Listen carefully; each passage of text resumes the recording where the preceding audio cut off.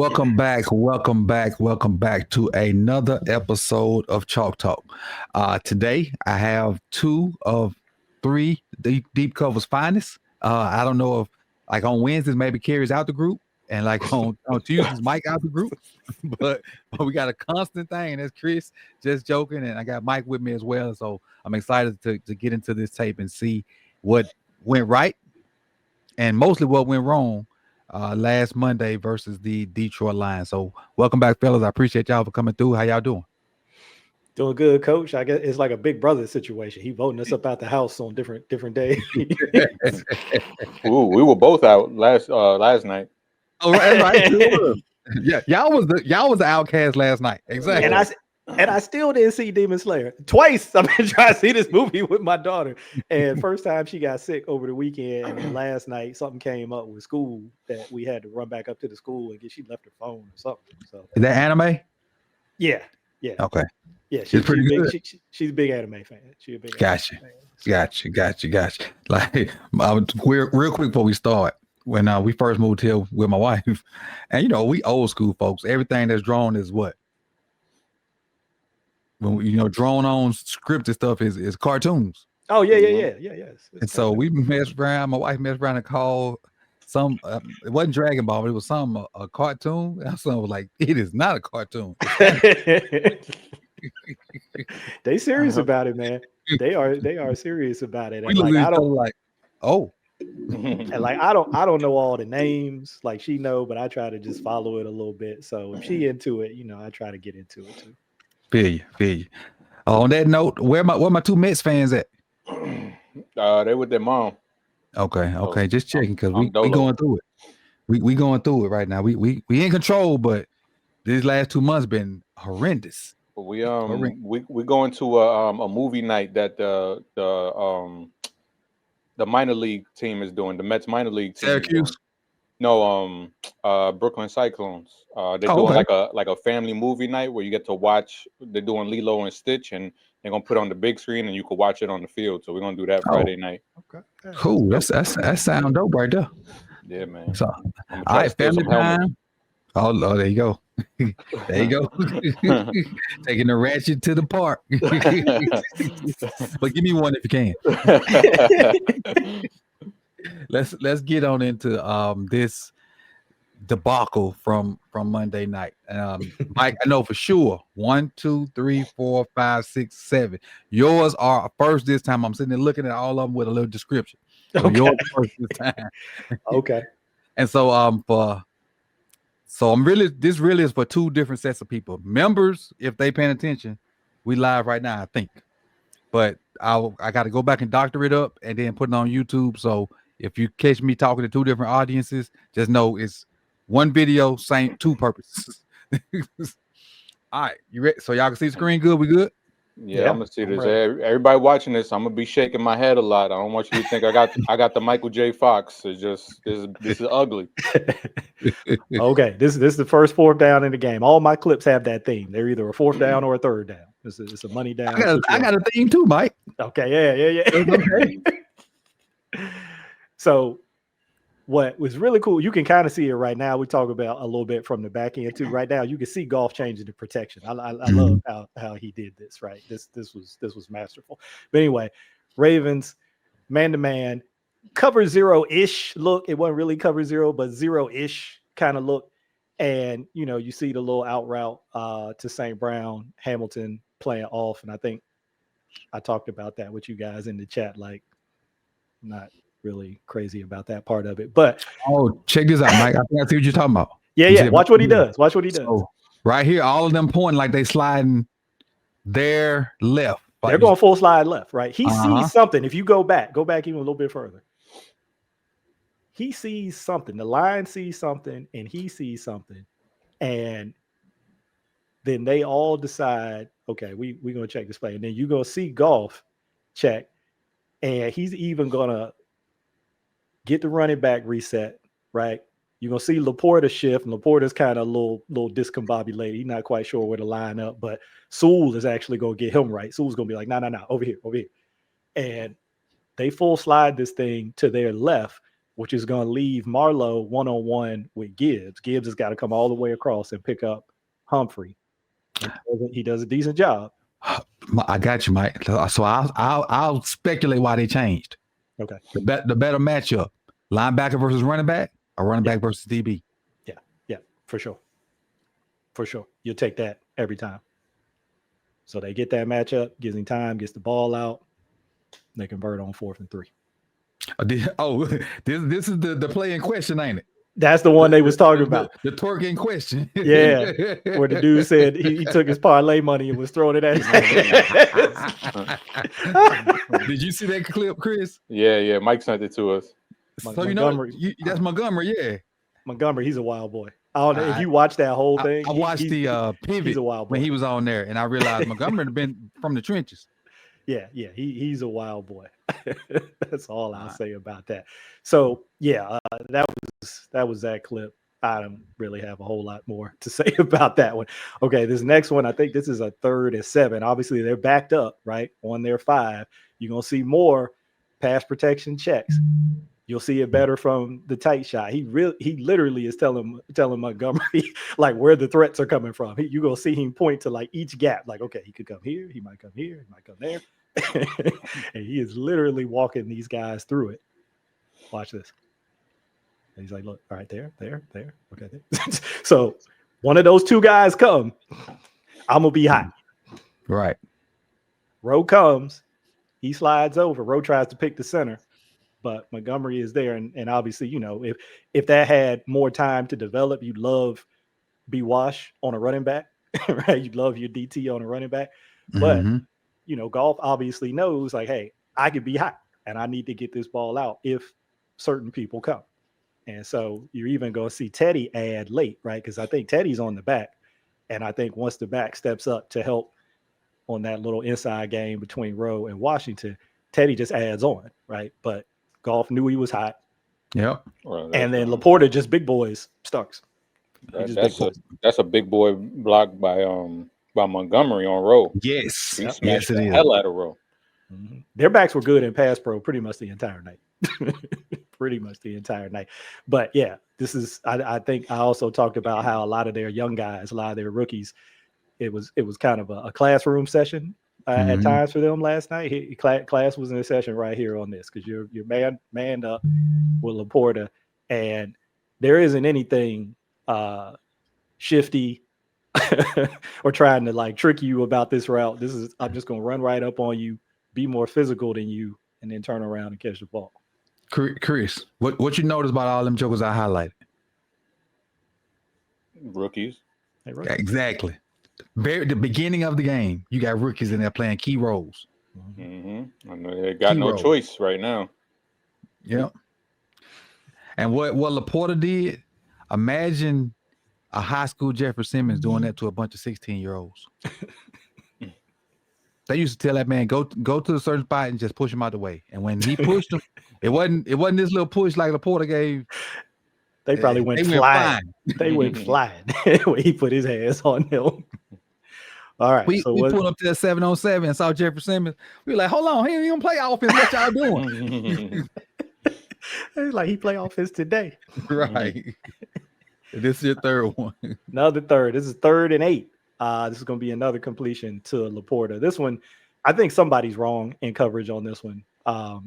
This was, I think Chris also talked about this one about having Mike Green and Robinson drop. I think that's this kind of play. Oh, this is that play. Okay. I think so. Yeah, it is. But you see, I mean, so Green is the nearest defender to him. And I think Green, if I'm right, if this is a 3 deep, 4 under type of coverage. Trying to go back to the big one. And you're dropping Green out, and he's going to be a hook player to the passing strength, right, to the 3 receiver side.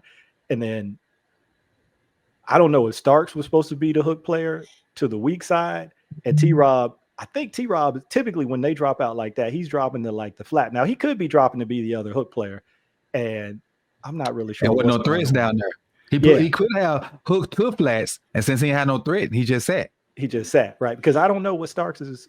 I'm not sure what that is at the bottom there. So is it? It ain't 4 because it look like right now Starks is reading 1. Yeah, I mean, could it be 4 under 2 deep? Or maybe Palms, because who cornerback is that? That Owuzie? Yeah, his eyes in the backfield. Yeah, and Stark's eye, like right here, Owuzie eyes in the backfield, and Stark's eyes on number one. Yeah, so he comes over like he was expecting him to do something else. Starks comes over like he's expecting Cheeto to do something else. So I don't know what was going on down there. But to just have LaPorta be able to run right up the seam and then just hook it up a yard past the sticks and catch the ball, obviously that's too easy. And then the theme that you brought up before, Coach, is what were those two players? Right. Rookies. Mm-hmm. Yeah, and you can see we saw some of these rushes last week against the Browns, right? Where it's just a 4-man rush, and you're getting a running back on a back, and they were getting free runners, right? Because the Browns were making mistakes in protection. Right. Well, the Lions did not make many mistakes in protection. Agreed. They saw it all coming. Yeah. And another instance where you talked about it on the very first clip about running backs, second clip with Montgomery, but running backs, stepping up in pass pro. Here he goes again. I know this is not rope, but still, he's got to step up and pick up a backer, and he does it. Yeah. And this was one of my plays too. And it was just based off of like what we were talking about in the chat yesterday of coordinators putting their players in positions to succeed. And to me, this is not maximizing the talent that a player has. When you're asking Mike Green to drop into coverage into all of that space, and even Tavius, to me, you're not using them to their full potential. You're not putting them in positions to succeed, in my opinion. Agreed. Now, if you want to do this with Kyle Van Noy, fine. That's we have years of tape of him being able to make plays and coverage and be a player who's comfortable in space. I know their hands are tied because he's injured, and they don't have the personnel to fill in anybody else to take that role. But to me, you're kind of doing a disservice to your young guys, because you're just putting them in a position to not succeed, in my opinion. Yeah, and so you might, and I'll ask you your opinion on this, Coach. So let's say with a healthy Van Noy in this call, this defense in this call, he would be where Mike Green is, and that would be his drop. But he's out. Do you say, look, we're not going to run this week because I'm not going to ask Mike Green to do that? Or do you say, hey, no, this is part of our package. This is what we do. You're just stepping in. We're going to execute everything the same way, and you just roll with it? In my opinion, it depends on the preparation they've had him at. Because if they had him playing one thing, and then in a game he had to play something else, if they had him practicing that one thing in a game he had to do something else, with only like a week of practice since Van Noy been out, I would say a mixture of both. But if he hadn't shown you he could run it in practice, you got to throw it out. Yeah. Or, which is the C option. I think I mentioned this too because I broke this whole series down. If you knew he dropping, put Trent on the edge. That's what I was thinking as well. Use Trent in that space, because to me Trent is more comfortable in space than Mike Green would be. I think that's pretty obvious, but I don't know. Yeah, because Trenton did that his first 2 years in college. He was basically a nickel Sam, right? Until his last year, where they tried to make him more of an inside backer when their DC left. Yeah. So he definitely would have been more comfortable, I think, in that role. And why they didn't have him in that, who can call it? And I think go ahead. I think one of the roles that he excelled in last year was blitzing. And I feel like you can use him in more of these packages with Van Noy down, because obviously he's not going to be Kyle Van Noy, but when it comes to versatility and being able to get to a spot and being comfortable in space, Mike Green is not a space player. He's a guy that wants to go forward. Yeah. Trent Simpson, he's gone through his troubles, losing his job to Teddy, but a guy who he's shown us that he can blitz. We know he can do that. And we know that he's comfortable in space if need be. So try to utilize that skill set that you have since Kyle Van Noy is down. Agreed. My question is, you see Mike's drop right here, and it's probably better from the end zone. See how he opens up to the inside? And Mike, you talked about it when you first saying it. Why isn't he dropping to the strong side? Yeah. Because there's 3 receivers over there. Yeah, that's the In my strength. eyes, if he flips to the strong side, yeah. Because I don't even think he sees LaPorta. No, you can't turn the way he's turned. The thing is, if he flips to the strong side and he's right there on LaPorta, Goff's ready to throw, and who else open? Nobody. Just simple turn of the way you dropped. Yeah. Which, to Chris's point, somebody who's not used to doing that, is more prone to make that mistake. Somebody who's more experienced in taking those kind of drops is going to know, hey, I open to number 3. I open to the string. And then if the quarterback takes me somewhere else, then I flip my hips and I go somewhere else. But he doesn't have that experience. Because all that's in his mind as a rookie who's used to going forward is, I need to get to this spot. That's what's in his mind. He's not thinking about, oh, this player's lined up over here. Let me shade on this side. He's just thinking about, I need to get to my spot and I need to get there in a hurry. Yeah, he see where the cover, like the space he got on the whiteboard, and he just drop it to the middle of the field. Yeah, he ain't look at because you look, he's dead in the middle of the field. I ain't realize until you said that. He just dropped it through the space. Yeah. Well, they said you got whatever rover spot or whatever in that coverage. He knew that's what he had, and he was getting there fast. He ain't care, like Chris said, ain't care about what was going on left, right, up, down, or nothing. No.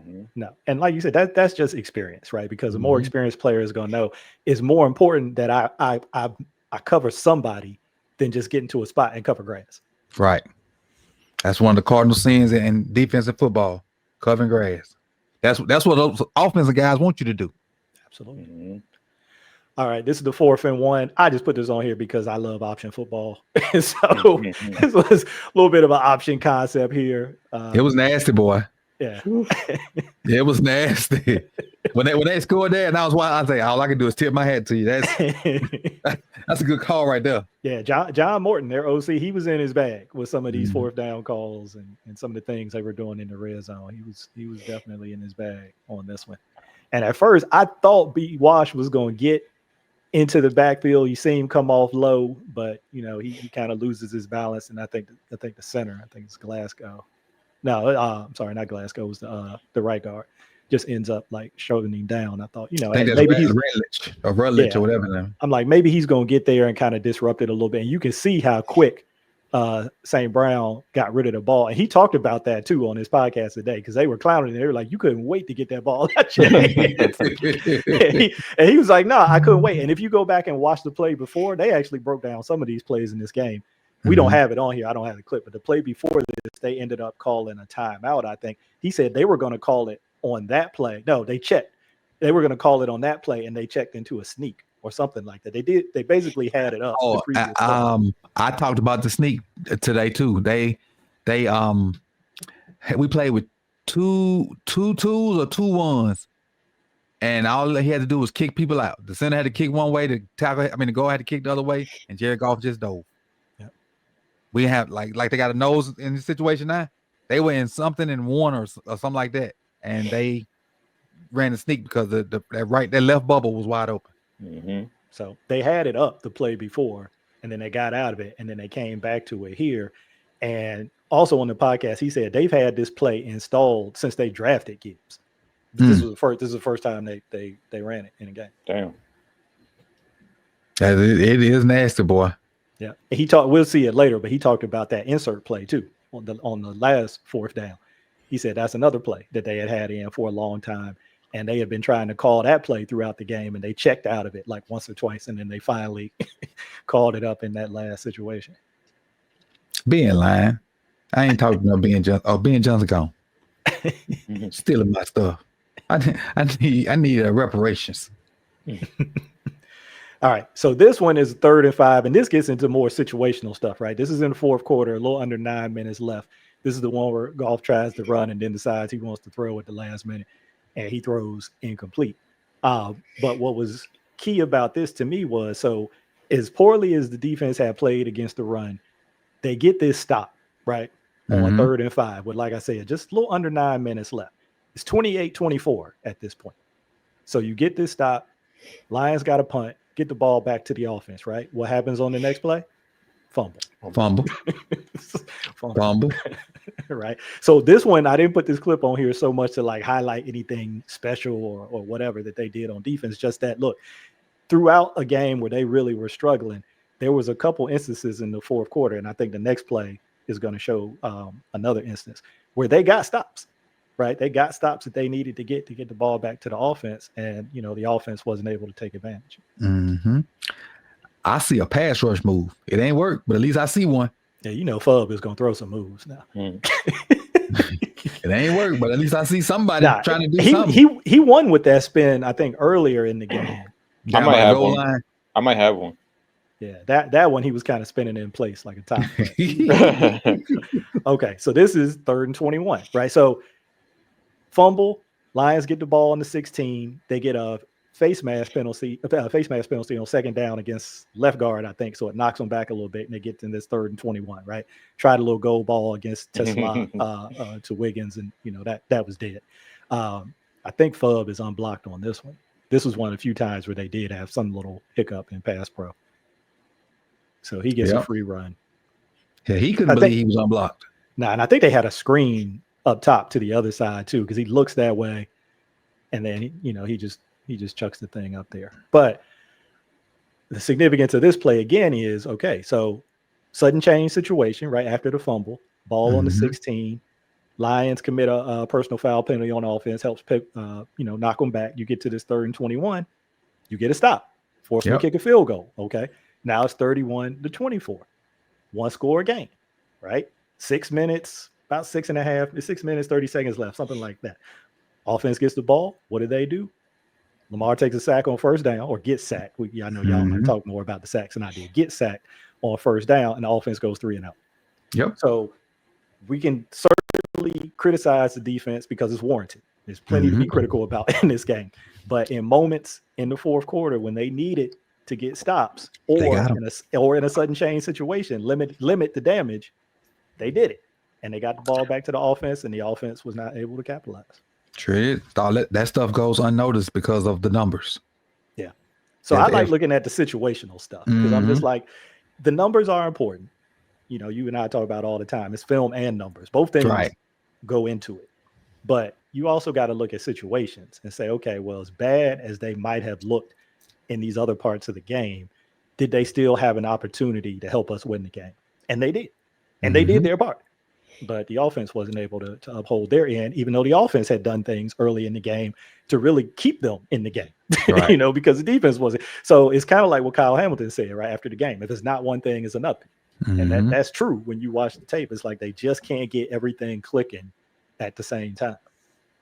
And whenever it does, it's going to be a sight. It's going to be a sight. Yeah. So this was the last one. This is. I just call it the Coach Evans play now because he drew it up, and we've seen it now. We've used it, and it's been used against us. Right. But just in this situation, got to tip your hat to the OC and to the Lions offense, to execute this. Everything looks like run. It's 4th and 2. They're going for it at midfield. You're expecting it to be run, especially after the way they've been running the ball all night.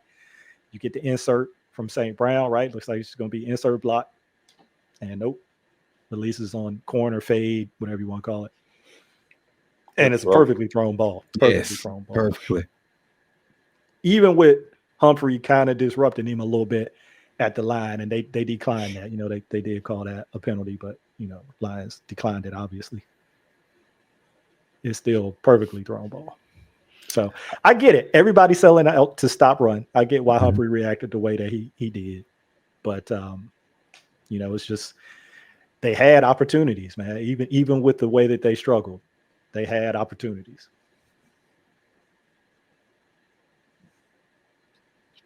I'm questioning who has what right here between Marlowe and Wiggins.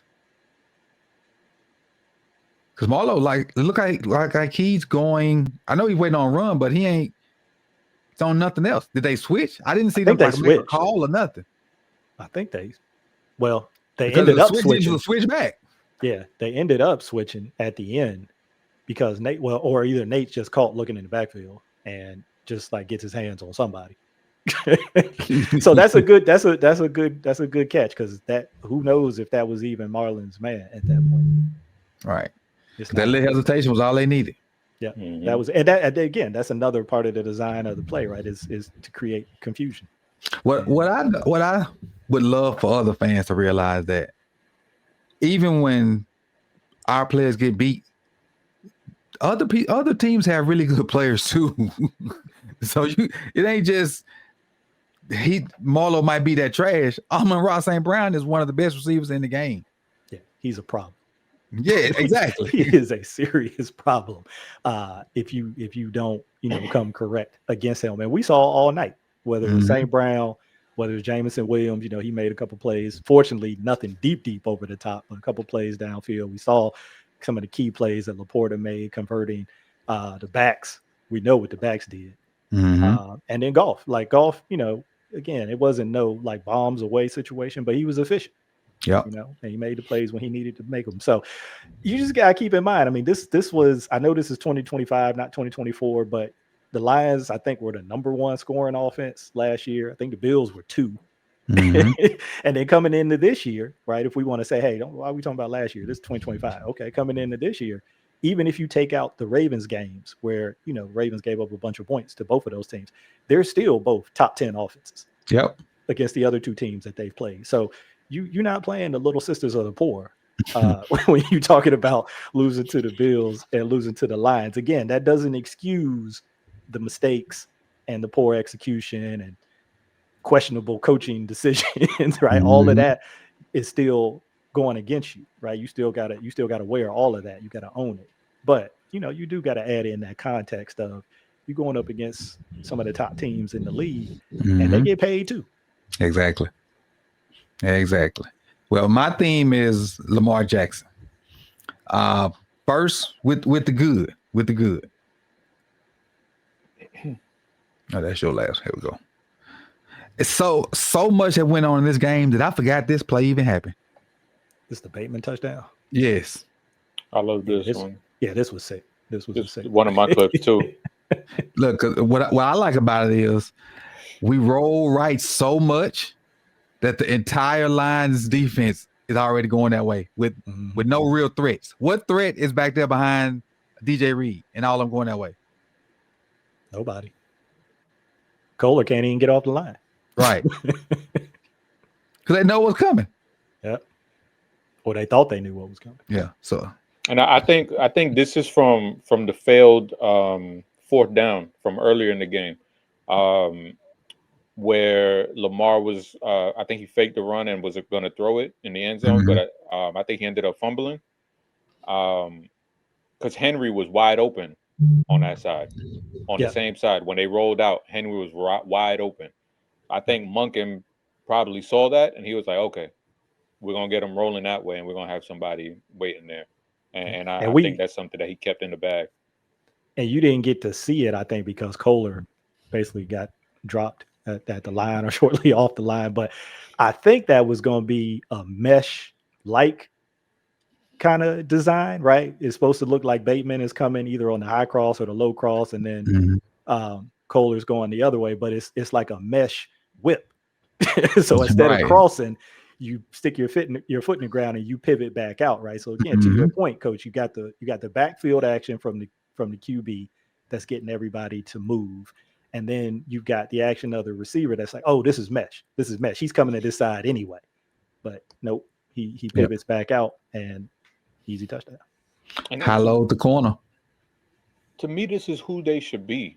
Like, this is who you are. You're not 2019 Ravens. Like, this is who you are. Like, get defenses flowing in the way you don't like. You like control the defense with your movements. Have them flowing one way, but you know where you want to go with the ball. And to me, like, it's all about deception with this offense. To me, that's the big that's like their trump card is deception. You don't know if Lamar's going to have it. You don't know if Henry's going to have it. You don't know if Lamar's going to be throwing, passing, running. You don't know what we're doing. To me, that is the trump card of this offense. And when you're lining up and you're just The other team knows what's coming. You know what's coming. We don't have that kind of offense anymore. Like to consistently do that. I'm not saying like, all right, just throw all of that out. Like that's not possible. But I'm saying the identity of this offense, it has to be deception because teams are scared to death of Henry and Lamar. So when you have them flowing one way, that's when you can just take advantage and you can hit a Zay, you can hit a Bateman, you can hit a D-Hop, Isaiah Likely, Mark Andrews, whoever. And when you get them flowing one way and just keep them off balance, to me, it's going to make life so much easier for this offense. Yep.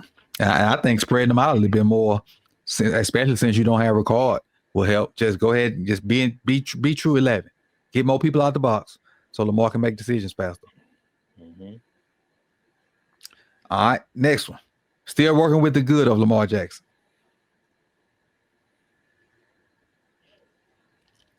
Oh, is this the Andrews touchdown? Yep, this is the throw that I thought was one of the best throws I've ever seen him make. When you watch when he takes his hand off the ball to throw it, and where Andrews is, he's not even at that point. He's a step before this when Lamar just separates, right? Takes his top hand off the ball, and he puts that ball because Anzalone actually ends up getting in pretty good position. Agreed. Right when the ball arrives, but you couldn't have handed it to him any better. See if I could do this. Than that. That's perfect placement. Yeah. And from a pass that he let go, how many yards ago? 10 or 11? No, about 7. Well, if you take the width, that's probably a 30-yard throw. Yeah, and it is perfect on the body. Mm-hmm. I mean, on the body, and that's throwing to a spot. Yeah. When you see it from the end zone, he gets his hand, and tries to make a play on the ball, but it's so perfectly placed that he can't get it. Sometimes it's just a better play on offense. Yep. No matter how good defense you play, Steph Curry gonna hit that 30-foot jump. So did you really play bad defense, or was his offense just better? Good offense beats good defense every day. Yeah, every day. You can't do it any better than that. The anticipation, the ball placement, the catch. Yeah, like you can't do it any better. Regular season mark, baby. I guess his gloves weren't wet that one. Yeah, gloves were good. Gloves were good. And I think this the garbage time one. Just adding in that to go with the thing. Yeah, they just busted. But I want to start with the 3 touchdowns to kind of lighten the mood a little bit, but it is what it is. And now we get into the funky stuff. Mm-hmm. So I clipped these without like looking to see what was going on. My question for these next 7 clips is anybody even ready to receive the ball at a time Lamar can throw? So are the receivers open, especially on them long run around sacks? I just want to know what they're doing receiver wise. So I got all this got to be the 4th. All wide view. Yes, it's yeah. We've seen this play so many times. So many times. They've been running this thing for years. Look at the lines. Yeah, 3 people right there. Yeah. They ran it against the Bills. That was the wet glove situation. You can go back to 23 against the Steelers. Yep. Yeah, I mean they've run this play so many times. There's 3 lines out there. That's what made me say they came back to it because look at Henry. Yeah, when he goes out the backside, nobody goes with him. And he's calling for it. Mm-hmm. Yeah, just Lamar just at that, he just has no idea that Henry's even an option right there. Right. Because he's just looking at the right side of the field. But shoot, I think next time, I think he'll have that in his head if they run this again next time. And that's the thing about these rollout concepts with Lamar. I mean, your head tells you when you've got that level athlete at quarterback, oh yeah, we're gonna do work when we roll him outside the pocket. But he draws so much attention. Coach, you already showed it. As soon as he rolled out, because he initially takes off. He's got the ball in a running posture, right? It's not like he's ready to throw. 3 other dudes go out there. So, yeah, I'm not saying you can never roll him out. Obviously, we've seen that be effective in different situations. But in these situations, the threat of him running, he's going to draw so much attention. It goes back to what Chris said. Use it as misdirection. Okay, get everybody to that side of the field and then throw it back. And that would have been your misdirection. Exactly. Gravity players need to realize they gravity sometimes. All right. Because you're right. Nobody was open. On that side. Right. On that side. Yeah, on that side.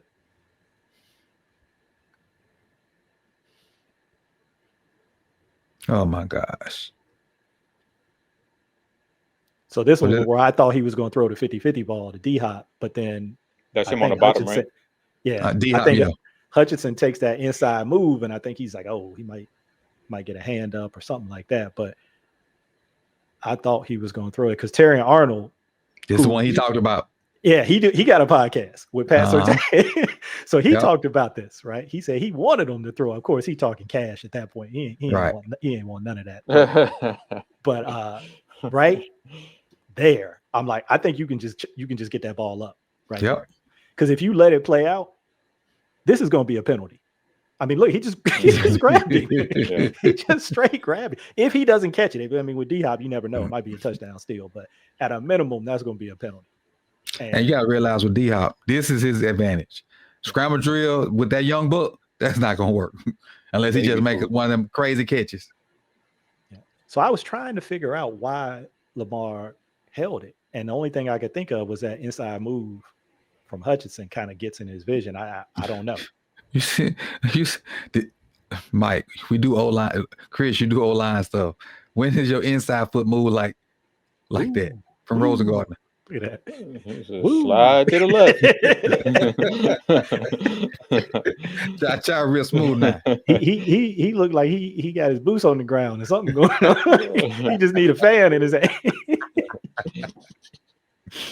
Ooh, Aiden Hutchinson gave him the bit. Good thing he tripped. Good thing he tripped. That's wild. Another fumble.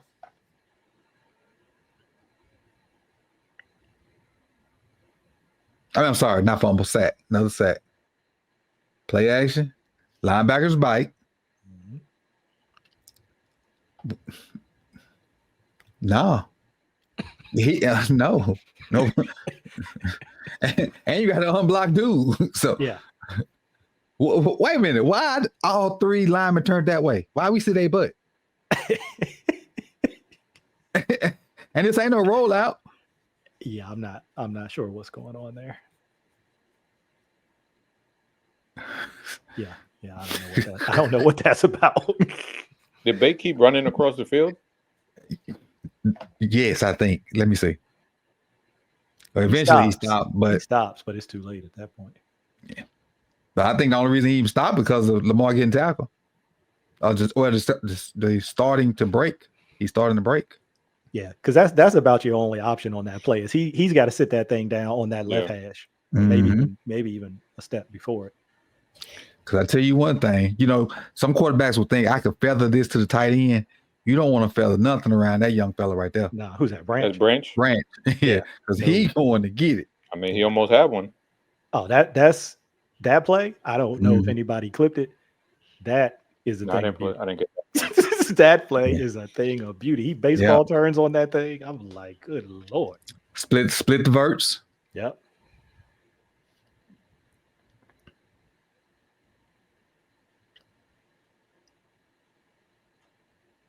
Yeah, got nothing. No, right. Like they are covered. Yeah, there ain't nothing there. Covered. And what and I hate to give the Lions credit, but this linebacker did a great job of closing that space on Lamar. Yeah. Their defensive line did a good job of just creating that fence around him, but also keeping the pressure, because I think we saw in week 1, we saw the Ravens defense try to contain Josh Allen for most of the game. And I feel like they did contain him for most of the game, but there was no pressure with that containment. no constant pressure. And I feel like the Lions did a good job of getting pressure, but also having that spy, that quasi spy, just there waiting for that alley to open up, and then him just closing it up. Yeah, and you could tell that they had a couple situations too with that spy where I don't know if I clipped. I don't think I clipped this one where they're forcing Lamar to the spy with the rush. Right, somebody's collapsing the pocket, forcing him to spin out either right or left towards the spy, and then they got a dude on the back end. I think you could see it on one of the sacks by 96. I can't remember his name. Muhammad. Yeah, but it was just effort, right? Because he's coming from the backside, but it's the front side action that forces Lamar out to the spy. And then when he's got to slow down and try to make a move on the spy, 96 is just hauling ass from the backside. So I mean, I think they had a really good plan. I don't know what Malik showed them boys in practice, but they came up with a good plan and they executed. I mean, a lot of people had plans against Lamar, but they usually ain't able to execute it. But and man, can they tackle? They did a hell of a job tackling Lamar. Great job. I don't know if you guys read it or not, but Dan Campbell's little story, and you might have been the one that shared it with me, Mike. About he said the first day Malik was out there, like, man, what are we gonna do with this? Yeah. And he was like, the second day, he felt a little better, but still worried. And third day, he was like, all right, we got a plan now. Yeah, because he said that first day they were getting work. He was like, we couldn't tackle him. So Malik is the winner of the game, realistically. Oh, no, it's the same one. My bad. Scout team matters. Sure do. Oh, yeah, where's the intermediate stuff? They got 3 out and like 40 in coverage. Yeah, that was another one of those drop 8s, right, with the spy out there. And they drop what's the down? This is third and 12-ish. What's that? 15-ish. 12, about 14. About 14. Yeah. Yeah. So you're gonna have routes down the field, but that's when they drop an 8 like that, you're not gonna have anywhere to go with that ball. Not with, like Chris said, with only 3 out in the route versus 8 in coverage. Mike, they are attempting to block Aiden Hutchinson with Morgan Andrews and Justice Hill. Solo dolo. Yeah, that's bad ball right there. What the? That's bad ball right there. Whose idea is this? We've seen something like that before too. Was that who? It was Chris Jones. It was Justice Hill on Chris Jones, like 2 plays in a row. We've seen these kinds of ideas before. I don't know who's coming up with these ideas on their staff, but this got to go. Nowhere to go. Salute Detroit. Salute. And he almost got out of this. Yeah.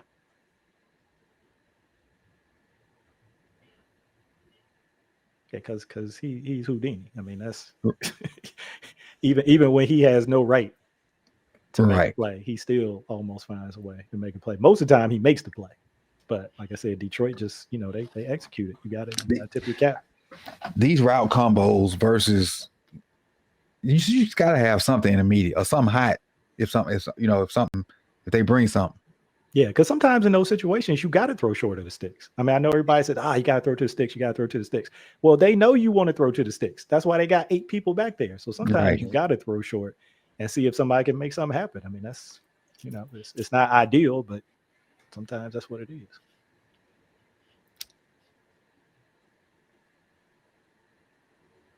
So, yeah, same thing. He said this is a first down. And then, I'm not really sure what that route. But that was the first play of the when they got the ball back, right? In the 4th? Think so. Like towards the end of the game. Oh, okay, yeah, that's the one I was talking about then. When after they stopped them and held them to a field goal after the Henry fumble. Oh yeah, the first play of that next drive. So now you got Kolar and Henry blocking whoever the defensive end is. This time it's just not Aiden Hutchinson. but still like the same route combination. Yeah. And you're to your point, your two possible underneath options, they blocking. Right. They're blocking. So all you've got is those three guys downfield. Yeah, I'm gonna have to go back and look at those. I didn't realize that happened twice. I'm trying to understand why that's happening.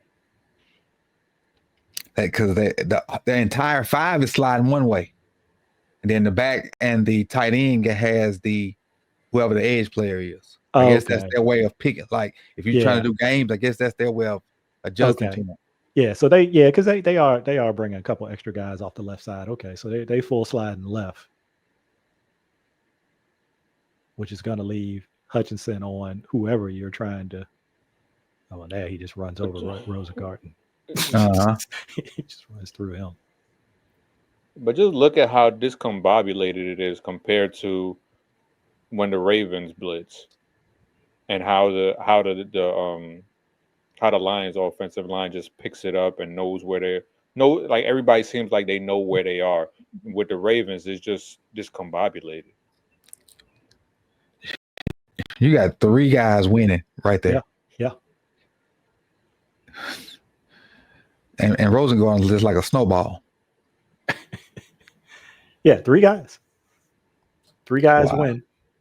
And I mean, there's nothing you can do in that situation. I don't care who you are. Your turn, Chris. I forgot which one this is. Oh, this is the Bateman one. Okay. All right, I like that. Get back to the good. Just keep watching it. Oh yeah, that was the first. Yeah. We're bringing the corner blitz. We're playing cover 2 behind it, and yeah, that's a long way. Does he on the opposite hash? Yeah, Malachi, right? Yeah, that's you got to come all the way over. Like I don't know. He on the opposite hash. Yeah, that's just too cute. That's too cute. And then you got Teddy there. Teddy's like the only guy that's there. Yeah, because Hamilton is now the flat player.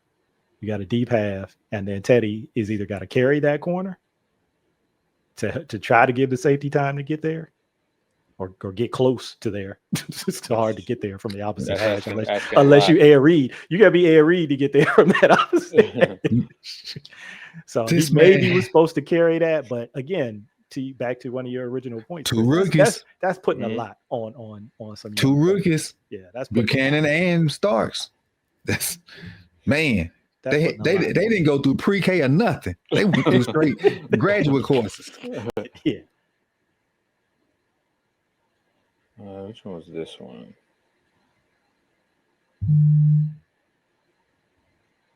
Okay. Oh yeah. Okay, so deception. That's a theme for me. Deception. You can let it go to the opposite view, and you could see how much Branch bites on the play action. Look at Branch to the right. Yeah, he's barely paying attention to his eyes in the backfield. Yep. And that's what deception. Like, play with these defenders. You can't just you don't have the offensive line to just line up and what we're doing to try to stop it. No, man, play games with them. Play chess. That's what you have to do. Play into your strengths. Well, they must have heard something on one of your shows, Coach, because they did call more play action passes on first down in this game. I didn't chart them, but they definitely had more passes on first down. I want to say I didn't chart them, so I'm not gonna guess, but they definitely have more. I mean, they way in the line, boy. Not on the Branch, 46 as well. Yeah, and you can do that because these first 2 weeks, when you've gotten into that look with Mitchell Payton in the eye like that as the up back, that has been almost 90-something% run. So you can do that right now, and you can really leverage it like they did there. All right. At this one. What the hell is this one? Power. Oh, okay. Yeah. Touchdown. This one. Yeah. This is one for your client, Mike.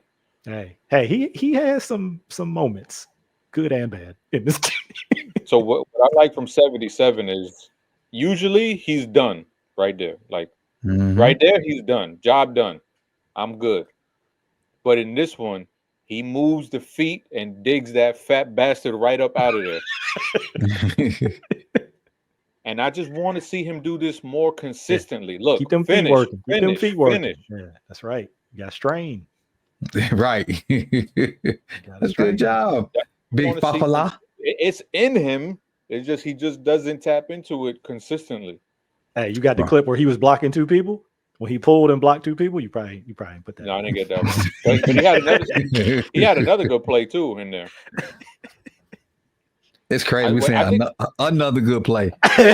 No, I think I did clip one, but it was left out of my top 10. But I do have another one. I send it to you, Mike. You know I'm a cape for him because you already know that.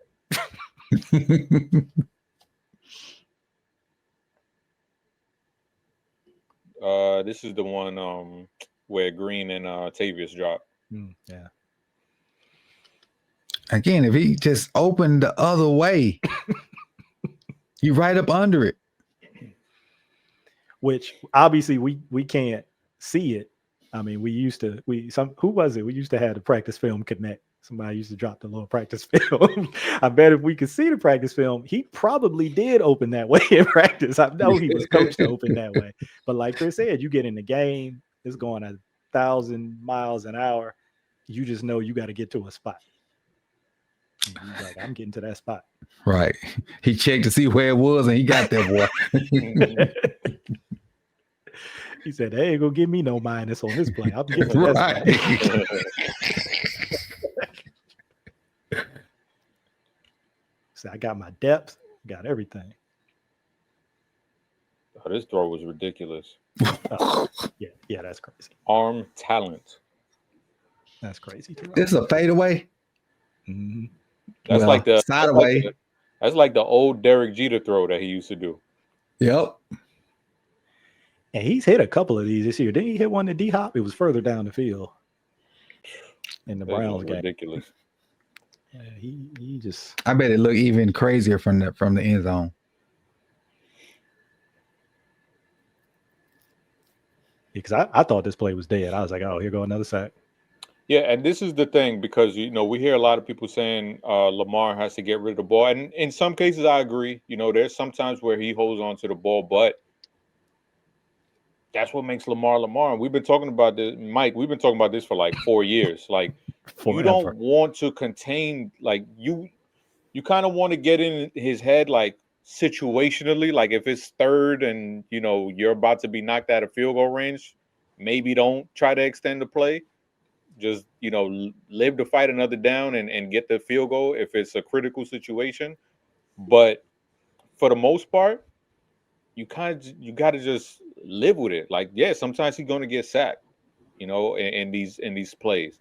But there's a lot of magic that happens when he does do this. So you don't want to take that kind of mentality out of him either. No, if you a wasp, sting. Do not take his stinger away from him. All right. It's gonna be some times we're like, oh, he's starting the wrong person. Hey, that's gonna be part of it. But you can't, and T Martin has talked about that. He was like, you don't want to overcoach greatness like this. You gotta let him be who he is. Yeah, you gonna coach him and you're gonna work, like you said, on situations and kind of, when we can do certain things and when we might need to dial it back a little bit. But you don't want to go too far trying to make him a robot, right? He ain't Tom Brady. He ain't Peyton Manning. He's Lamar Jackson. Mm-hmm. Yeah, and we had somebody like that in Baltimore. Ed Reed. Ed Reed was like he didn't always guess right, but most of the time he was damn right. He gonna be right more than he's wrong. Right. That's for sure. So yeah, I think that's something people kind of underestimate. Sometimes you can't overcoach greatness. You just gotta let them be great, and you're gonna have to live with some of the down moments, but it's gonna be way more ups than downs. Most definitely.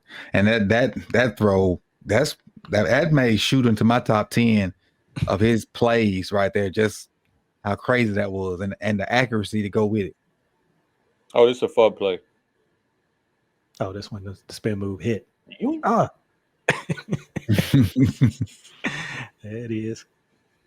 But props to I think that's Mahogany for getting that paw on him at the last second. Yep. That might be the only pressure we had all game. Other than the unblocked one from Owe. All right. That's about it.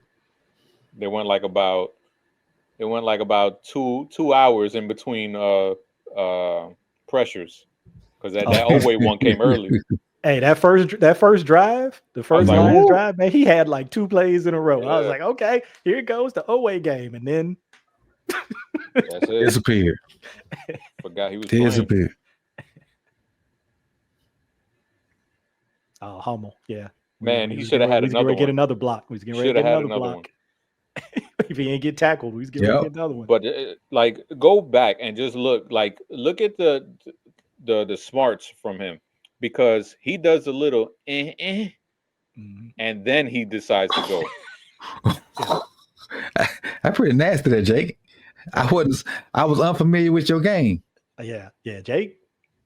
2 games he done shown. I'm like, oh, I ain't know Jake was like that. Drew a penalty on this, didn't it? Yeah, he did. But he should have had 2. That was he should have had 2 in a row. He knew it too. He got up. He was like, damn. That was one. But great move by him. Definitely. I didn't think he had that twitch in him like that. Mm-hmm.